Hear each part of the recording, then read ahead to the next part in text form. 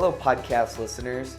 I am Jimmy Smith, your host of the Rambler Podcast. I am the Assistant Vice President of Development and Strategic Initiatives here at Cathedral Prep. And before we get into this episode of the podcast, I just want to wish you all a very, very Merry Christmas. I hope you have a great time with your family and friends. If you're traveling, I just wish you safe travels, and just want to point to, remembering the reason for the season, with celebrating the birth of Jesus, and we're just thankful for you as a community, for Cathedral Prep and Villa Maria alumni and supporters, and just wish you a very Merry Christmas and a Happy New Year.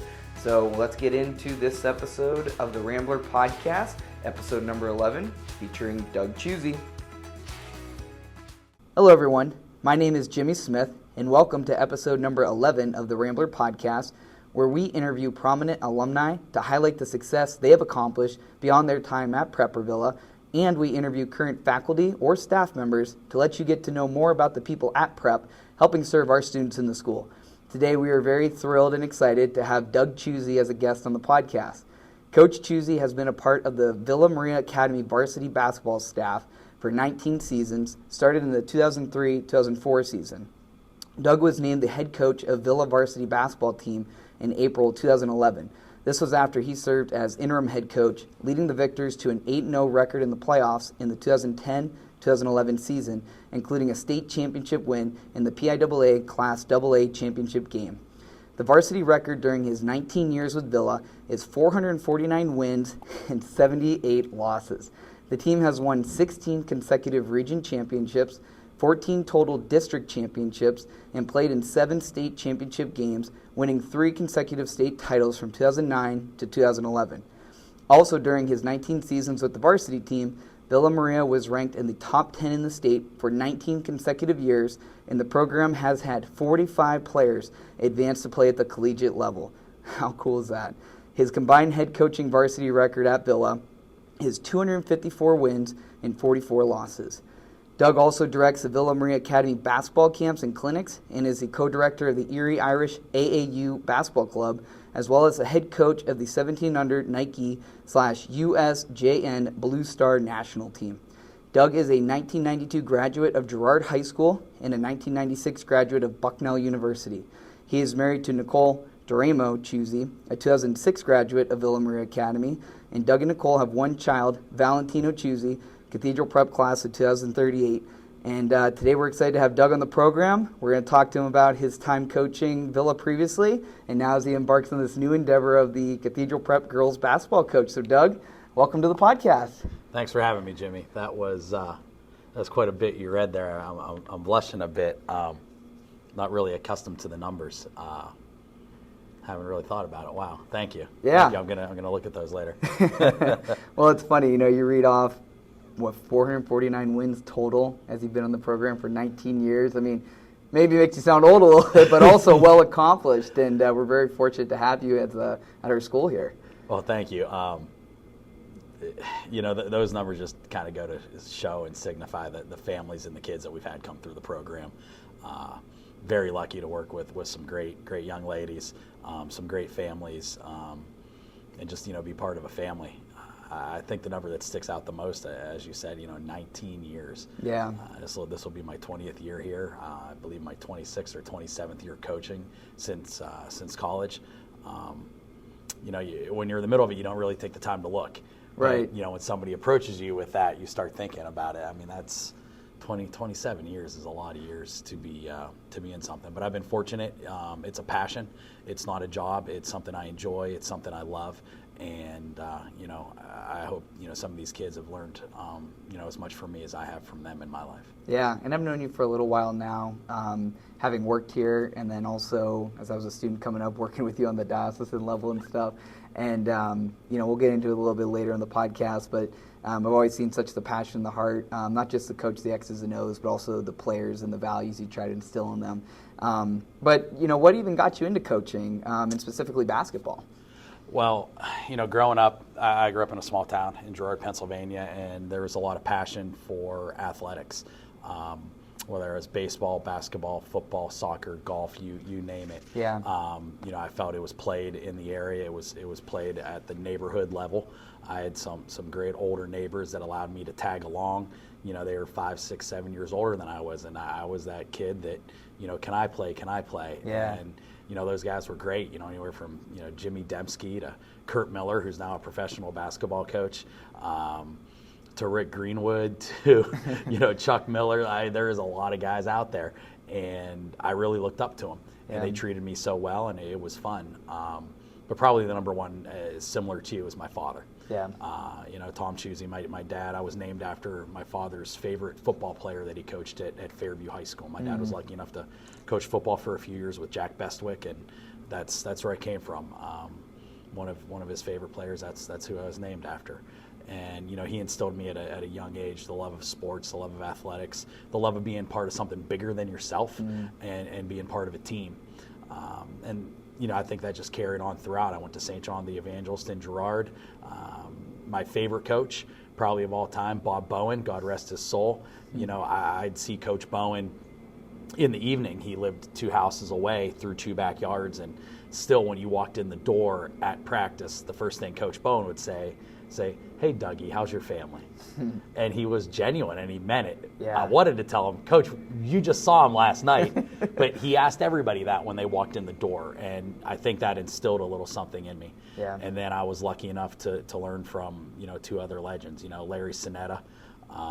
Can't say enough about the man. As far as I'm concerned, he quite possibly may be the best girls' high school basketball coach of all time in the state of Pennsylvania. Wow. And a number of people have come from his coaching tree.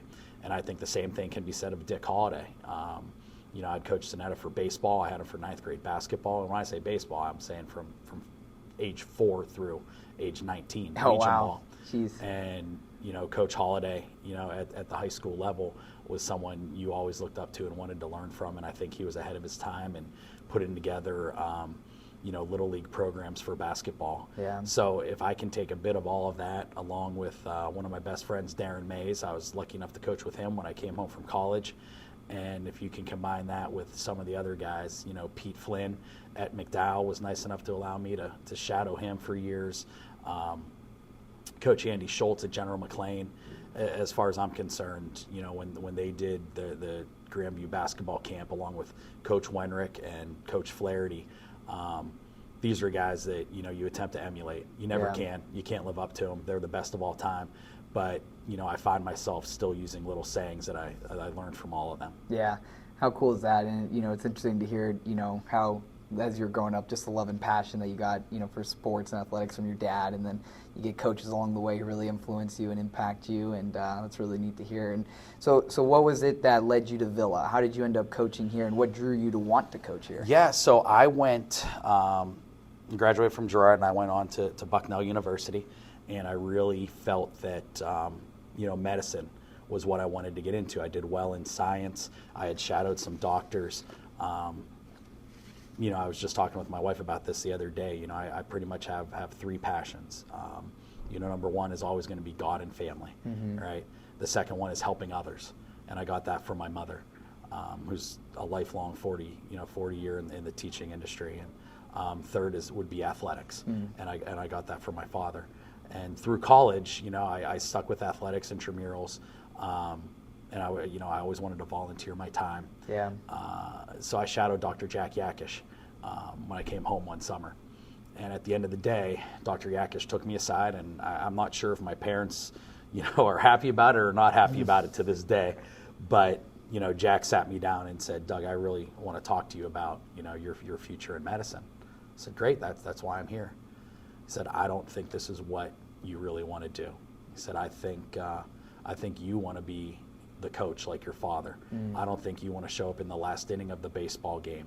I think you want to be there, and I think you want to help. If you're lucky enough to have any children or other kids, that's what I really think you should be doing with your life." And that was devastating at first. And then I thought about it the whole next semester, and you know what? Dr. Yakish, he was right. He was right. So I moved back home after graduating, moved in with my parents. They allowed me to move back in, and I started going to Edinburgh to get my teaching certificate.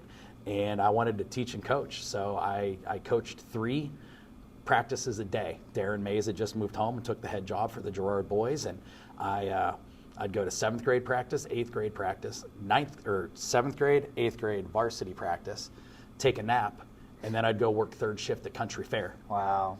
Go home, take a nap, go take 2 classes at Edinburgh, and do it all over again. Wow. And that was my, coaching baptism right there. Yeah. And I fell in love with it. Coaching at your alma mater is something that you can't replace.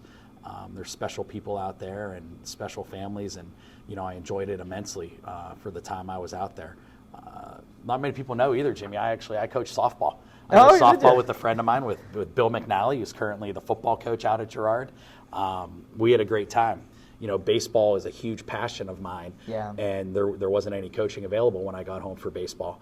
So I got into softball with Bill. He asked me to, and that's kind of the first time I'd ever, coached female athletes. Okay. And Bill had coached before at the softball at Girard, and, he kind of walked me through things, and, you learn different perspectives, different age levels. I learned from Darren Mays, you obviously speak to a 2nd grader in a different tone and in a different way than you would an 8th grader, than you would a senior.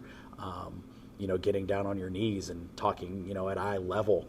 And, you also learned about how fun it needs to be from working with the little ones. So I've had a myriad of experiences, and I was just lucky enough, to find my passion.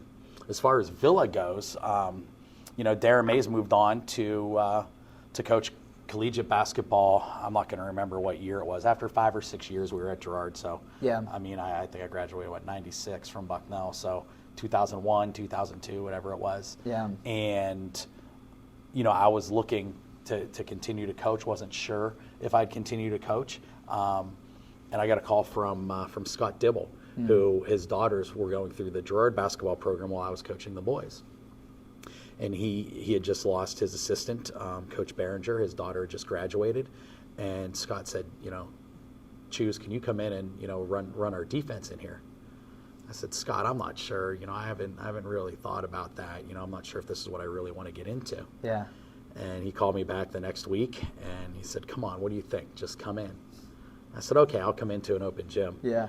And the kids that I met that day, the families that I met that next 2 weeks, it was kind of a no-brainer. Yeah. It was just, it was something special, It was the old Villa gym.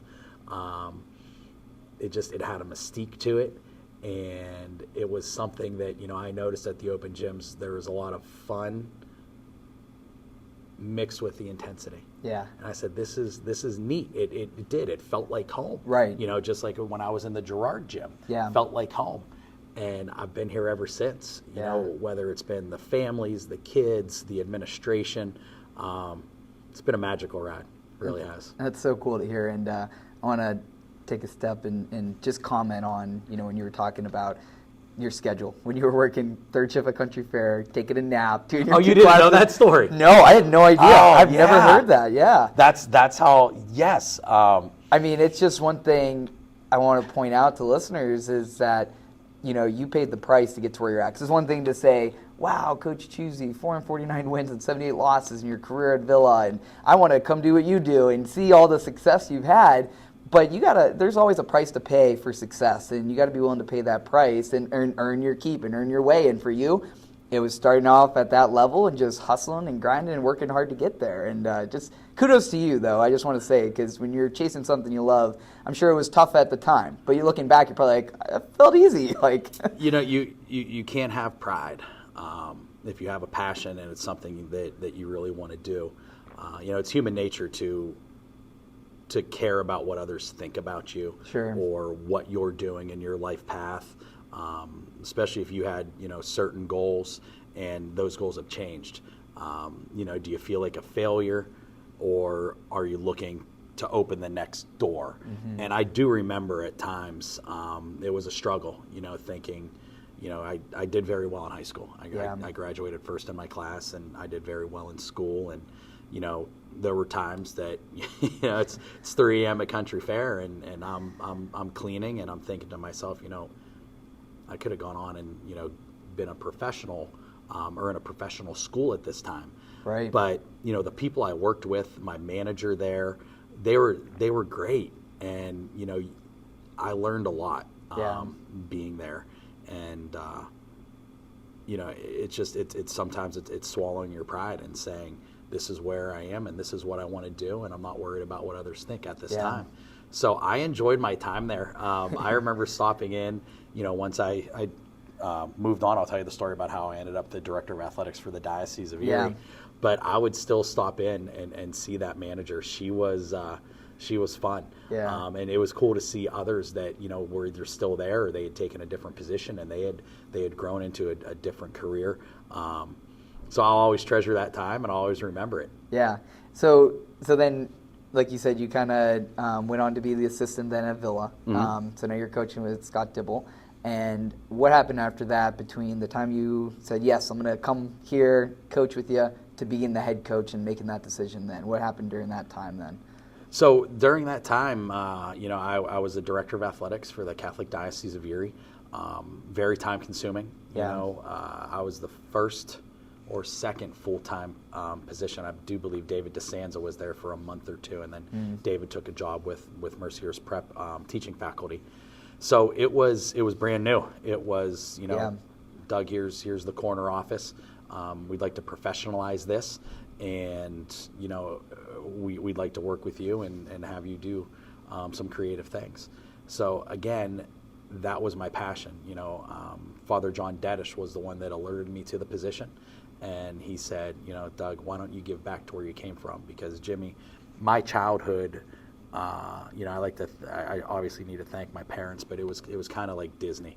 Growing up in Girard and the families that I was close with at St. John the Evangelist and then on to Girard High School, it really was a pretty special time in the community. And I agreed with Father Dedish. I said, what, I would love to give back if I can help other children have the experiences in athletics at the grade school level that I did at St. John's in Girard. Man, I'm doing something cool with my life, right? Yeah. And it was 15 years later, I remember looking around going, I saw Father Dedish at a festival. I said, this kind of turned into a career. I said, I'm not sure how bad of a kid I was, and I'm still giving back. But it was a magical ride. It was fun. Enjoyed every year that I did work there. Yeah. I was really putting in a lot of time. Got to meet a lot of great families at all of the different schools, grade school through high school, all throughout the diocese. And Scott was an excellent coach. He was very, very good at what he did. He was very passionate about it. And then that led into me becoming the interim head coach, and then interviewed for the position, and was lucky enough that Mr. Flanagan decided that he would trust me with continuing in the program. Nobody's bigger than the program. We can say that, whether it's myself, another coach, any players, any families. We're just caretakers. Yeah. That's all we are. We're caretakers for the family of schools. We're caretakers for now Cathedral Prep, and you just try to leave it a little better than what you got it. Yeah, I would say you've done a great job at doing that. Like I mentioned earlier, 254 wins, 44 losses, and since being the head coach. Success doesn't just happen, right? It's not just a miracle that you guys won all the championships you have and had the success, and all the girls have gone on to be play collegiately and whatnot. What are some of the values that you want to instill in your team that you believe create that recipe, so to speak, for success that you've had? You really put me on the spot. You didn't send me that question.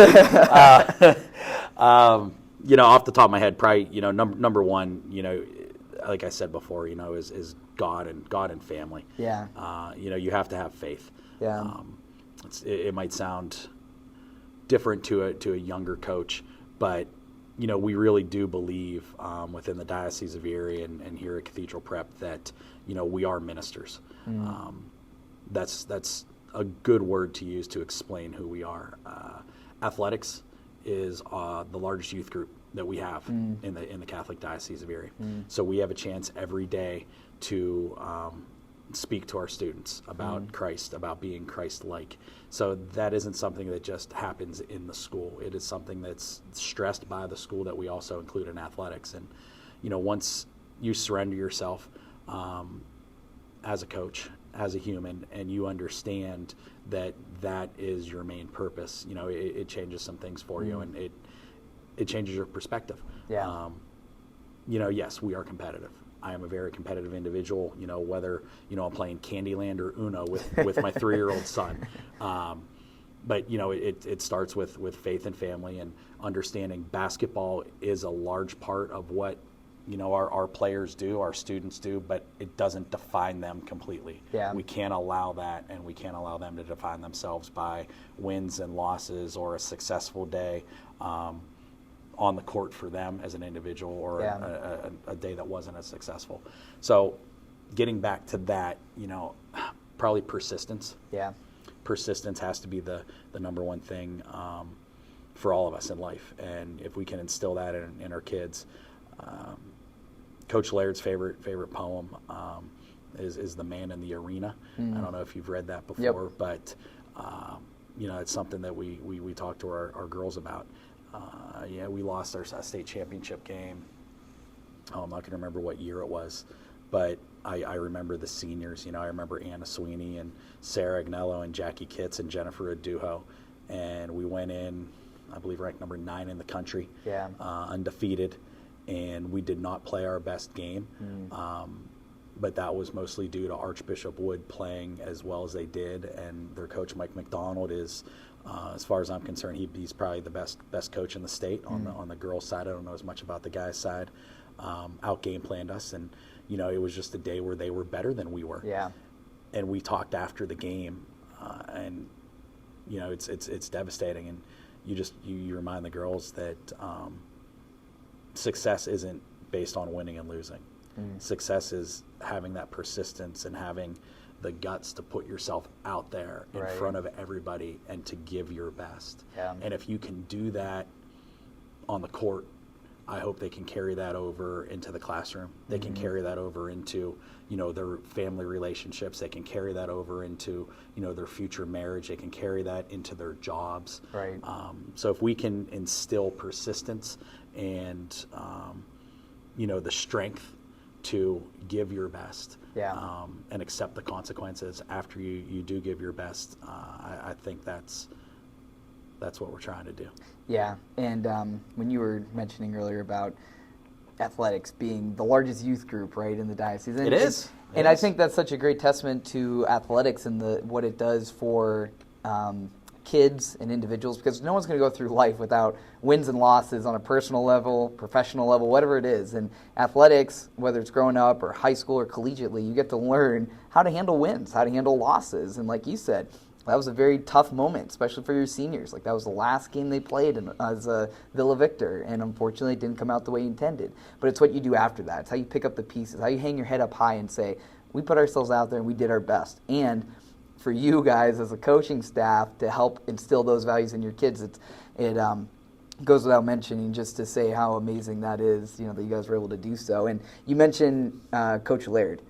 Can you talk a little bit about Coach Laird coming on your staff, what he's meant to you and your program, and why he's so special? Simply put, we wouldn't be where we are competitively without him. We wouldn't be where we are emotionally and mentally without him. He likes to use the term, ham and egg, depending on the day. His strengths tend to, help my weaknesses. Yeah. And, hopefully vice versa. My strengths tend to fill in for his weaknesses. And the relationship that, he has with the kids, it's special. I like to tease that I used to be Coach Laird. Yeah. When I was the assistant coach and the JV coach for Coach Dibble, you get to know these young ladies and their families starting in 9th grade, and to watch them grow, and the amount of time that you get to spend with them 9th through 12th is something special. And, you also get to be that coach, and he is tremendous at it, that, when a player comes out of the game, that, he can put his metaphoric arm around them and, explain to them, like, hey, this is what we're looking to do. This is what the other team's trying to do right now. how are you feeling? Is everything okay? You know, he has that amount of time on the bench to do that with the kids, and he's so good at it. And Yeah. I'll be honest, I never wanted to be a head coach. I loved doing what Coach Laird does. But I think he's probably a little better at it. I mean, he's that good, you know. I try to mention him as often as I can because I'll say it again. You know, it's said every year at our banquet, but we're not who we are without him. He prepares the kids for the varsity level. He's a varsity coach. You know, he was the varsity head coach at Harbor Creek before he came over here. He's coached at all levels, kindergarten through 12th. As far as I'm concerned, you know, he's a collegiate level coach. He's excellent at everything he does. But more than anything, you know, it's not just the X's and O's. It's, you know, what he brings as a person, as a human, loving, caring, understanding, and you know, his sarcasm can be biting when it's directed towards me. But I think that, you know, that helps humanize me as well with the kids. So I don't ever want to be on the bench without him. Yeah. That's awesome. I love when coming to your guys' games and seeing you guys in action. I mean, you can tell you guys are just a well-oiled machine, you know, as you guys are out there coaching the girls and doing your thing out there. It's awesome. And, Coach Laird's a great guy. Just having met him, you can tell the amount of passion he has for basketball and the girls and helping you guys ultimately accomplish your goals, you know, each and every year. That's good stuff. So, looking back on your coaching career thus far, what are some of your proudest accomplishments that you have as a coach? Not prepared for that question either, Jimmy. Some of my... If you want me to re-ask that, we can either, you can lead that into however you want to answer it, or you can tie it into, because next I was going to segue into the girls who've gone on to play collegiately. It's kind of where I was Yeah, that's what I was thinking. So let me ask it again, and then... So having said that then, you know, as we've looked back and kind of talked about the success you've had coaching and whatnot, what would you say are some of your proudest accomplishments in at coaching thus far? It's got to be the kids and what they've gone on to do. You know, when you're a young coach, and I'll admit, you know, when I was 22, 23, 24, you know, you judge yourself on wins and losses. And as you get older and you mature and you're around other excellent coaches, great people, great human beings, you learn and you change your perspective. Being at the varsity level and the head coach level, the accomplishments are definitely when you see where these young ladies go in life. When you see they go on, and that doesn't mean playing basketball. Yes, we've had young ladies play anywhere from NAIA, Division III, Division II, Division I, national championship games professionally. You know, that's a blessing, and that's a testament to, you know, their hard work and their persistence. But, you know, when you're invited back to a wedding and you see them start their families and you see them in their professions, you know, anywhere from, you know, doctor to, you know, we have a young lady right now in Pittsburgh that is the head of sustainability of a company. Wow. To see what they're doing in their lives and where they're traveling to, it's amazing. And that, to me, is a big accomplishment. Now, Coach Laird and I will rightfully say, you know, we're just a small part of their life. Yeah. We really are. But secretly, we do take a lot of pride in seeing them accomplish what they want to accomplish in life. And, you know, you also need to be there if they're struggling at times. Yeah. You know, just being a phone call away, you know, I should probably use them as a support network more than they use me, because they're doing very, very well. And, you know, I could say literally hundreds of names, but I'm proud of each and every one of them. And I try to keep as close to tabs on them as possible, especially once they're done with college and they move on into their professional lives. Yeah, that's awesome. And like you said, there's so many to name. And you know, we did mention earlier there's 40-ish, 45 girls that come through your program, go on and play collegiately, let alone who never didn't play collegiately, but goes on with the lessons you helped instill in them as their time as a coach. And I'm sure it is something naturally, right? You spend 3 years with a lot of these girls, and I was the varsity head coach, and you spend so much time with them. You're vested in their lives, and you want to see them do well. So I'm sure that is pretty it's cool. worse. We remind them every time when they graduate.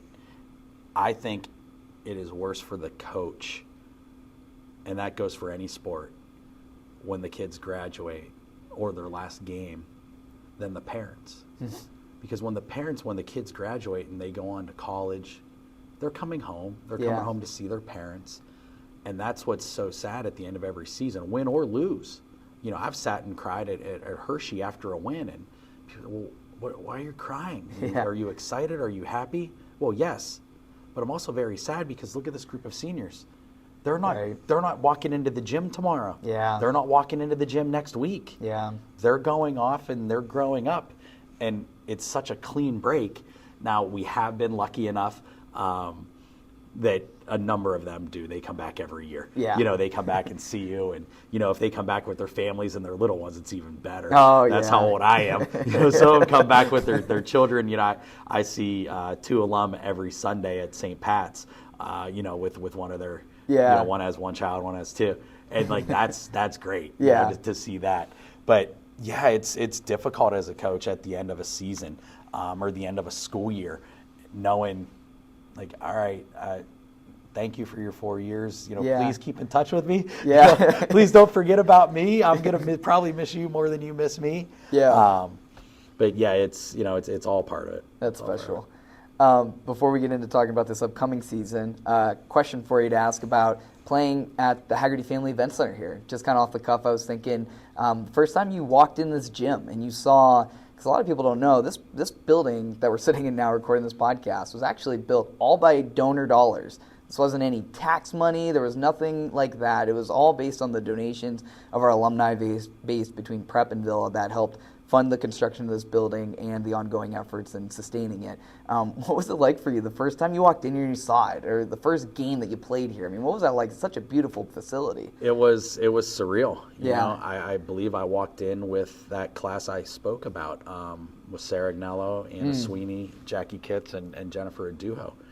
And to see it was amazing. I can remember being outside and having a hard hat on and a shovel in my hand, saying this is really going to happen. Yeah. I looked over at Mike Mishler at the time, and I said, Mish, I didn't think this would ever happen during our tenure. We had the football field, that was great, but we had phase 2 and then phase 3. And before you know it, I thought, yeah, that'll be great. I'll be retired. I'll be done. And, it'll be excellent. Next thing you know, phase 2 and phase 3 are going to happen at the same time. Jimmy, it was a really, really cool feeling that, that many alum were able to come together to do that for the kids. And I do have a special, special place in my heart for the old Villa Gym. There are some great memories there. We took great ownership and pride in that place. And then we come over here and, it's a college atmosphere. Yeah. Better than some college facilities in different ways. And so we try to transfer that pride from over there to over here, and it's become home. Yeah. But it's still, every time you walk in, you are amazed. Whether it's the court, whether it's the locker room, the offices, it's something that we definitely do not take for granted. Ever. Yeah. And it's real special to see, me having been the manager here for a few years, and I remember when I first got here joking about how spoiled these kids were, but in the end you start thinking about it and you're like, well, that's the whole point, right? To make these kids feel special, to give them an atmosphere that they can achieve excellence in all they do, and this is just one tool in a sense, in a way that they can have the best facilities, be able to go out there and pursue their dreams, their passions, and succeed in life. So yeah, that's really cool. I had to ask, get your thoughts on that. Yeah, no, and credit to the kids. I haven't found in, how long have we been open here? 5-6 years? Yeah, probably close to 7. 7 years. I haven't found anybody take it for granted, any of the kids. We talk about it with our team, and I know other coaches do as well. I work closely with Coach Pio with the boys program, and staying hungry and humble. Yes, we are lucky enough to have this facility, and we should appreciate everything about it. We should never take it for granted. Yeah. And I haven't seen that in any of the kids, and that can't be easy to do because this really is gorgeous. But I think they they believe that they're held to a high standard. Yeah. And having this facility was a bit of a reward for the high standard that they hold themselves to. Absolutely. That's awesome. So as we start to kind of round out this podcast here, just a couple last questions, talk about this upcoming season for you. So we kind of talked, I feel like you already gave us the answer to this question, because we talked a lot about your passion for the game and what brought you here and what got you into coaching. But, 19 years, we kind of talked about it earlier. It's a long time. So is this my 20th? I think this is coming up on your 19th year. On my 19th. Yeah, yeah. So from reading your bio earlier. So looking into this 19th year, part of the Villa program, 27, 28 years overall coaching, what keeps you coming now as you look into years 19, 20, and you keep going? What drives you to keep having that passion to serve as you are, to give your time give your time unconditionally, I should say, to these girls and this team? What keeps you going in that capacity? It's always the kids in the game. Yeah. And then you can include the families as well. We talk about it as we get older with other coaches. As soon as you start seeing the players as positions, you see them as, ones or twos or threes or guards or forwards, and you don't see them as, and I'm going to use names of people I do not coach, and you don't see them as, Sally or Julie or Jamie. Then it's probably time to move on, because now you're only coaching just to coach a game. You're not coaching to be a part of someone's life. You're not coaching to minister to them. Right. And I haven't had that feeling. Yeah. The feeling I have every year is, an excitement of trying to put together a group of individuals and, work together to become part of something bigger than themselves. Right. Bigger than myself. And, that was instilled in me by my father, starting at the youngest of ages, and being a part of something bigger than yourself. You can translate that to the Catholic Church as well. When you're in church, you feel that. You feel, family. You feel togetherness. It's spiritual. Right. And I believe athletics is spiritual as well. You've played on teams. You understand that feeling of being a part of something bigger than yourself, sacrificing for others, sacrificing for the team. And I go back to my passions, God, family, helping others, and athletics. Yeah. Where else can I get that? Right. So my it's not just like a love of basketball, it's more a love of others and trying to help others. And then seeing my son, Valentino is almost 3.5 now. And, every night we pray. Yeah. And, we have we bless our family and bless certain individuals within our family. And then, I always leave it to Valentino. And he always says, and God bless Tino's girls. So he's become a part of this. Yeah. And, when we play at home, whether it's hockey or baseball, basketball, football, whatever it is, he loves to go into a pretend locker room.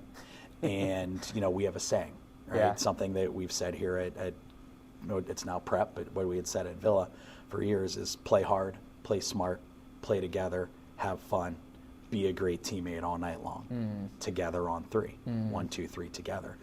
And I didn't even realize that my son picked that up. Wow. So, how cool. Without getting emotional about it, now part of your coaching for your son, and so he sees what it's like to be a part of something bigger than yourself. He's watching Dad. He's watching Dad, and it's important to be a good example. And I'll support him in anything he does. Yeah. But if he can learn to be a great teammate in life, I guess I'm doing an all right job. Yeah. Well, and that's one thing with why I was excited to have you on the podcast, is because I do want to make sure I highlight, the amount of passion and values you try to instill in these girls. And, it's not just about Coach Chuzie going out there and accomplishing this great, record that I've been reading off a couple times. I mean, the wins speak for themselves now, but I've always seen the level of care that you had for your girls. I always saw the level of effort that you wanted them to give, because you were trying to help them not just succeed at basketball, but be successful in life. And so I was really excited to have you on the podcast, be able to, highlight you and talk about all the great things you've done. Thanks, man. Yeah. We got talking about Valentino. I'd be remiss if I didn't mention my wife Nicole of course. as well. Yeah. Someone who is also passionate about helping others and passionate about the game of basketball. And, she played Division II basketball at Florida Southern. She coached Division II basketball at Florida Southern. So, yeah. probably not even the most knowledgeable member of my own family when it comes to basketball and coaching. That's funny. But it's funny, but it's true. Right. You know, but her support, and Coach Laird can, you know, also testify to this, you know, with his wife Kara, who's also a Villa Maria grad. You know, the support Nicole gives me and, you know, allows me to give time away from her family, away from our family, to help others. Right. You know, it's unparalleled. And, you know, I see that in other coaches, whether that's here or at other schools.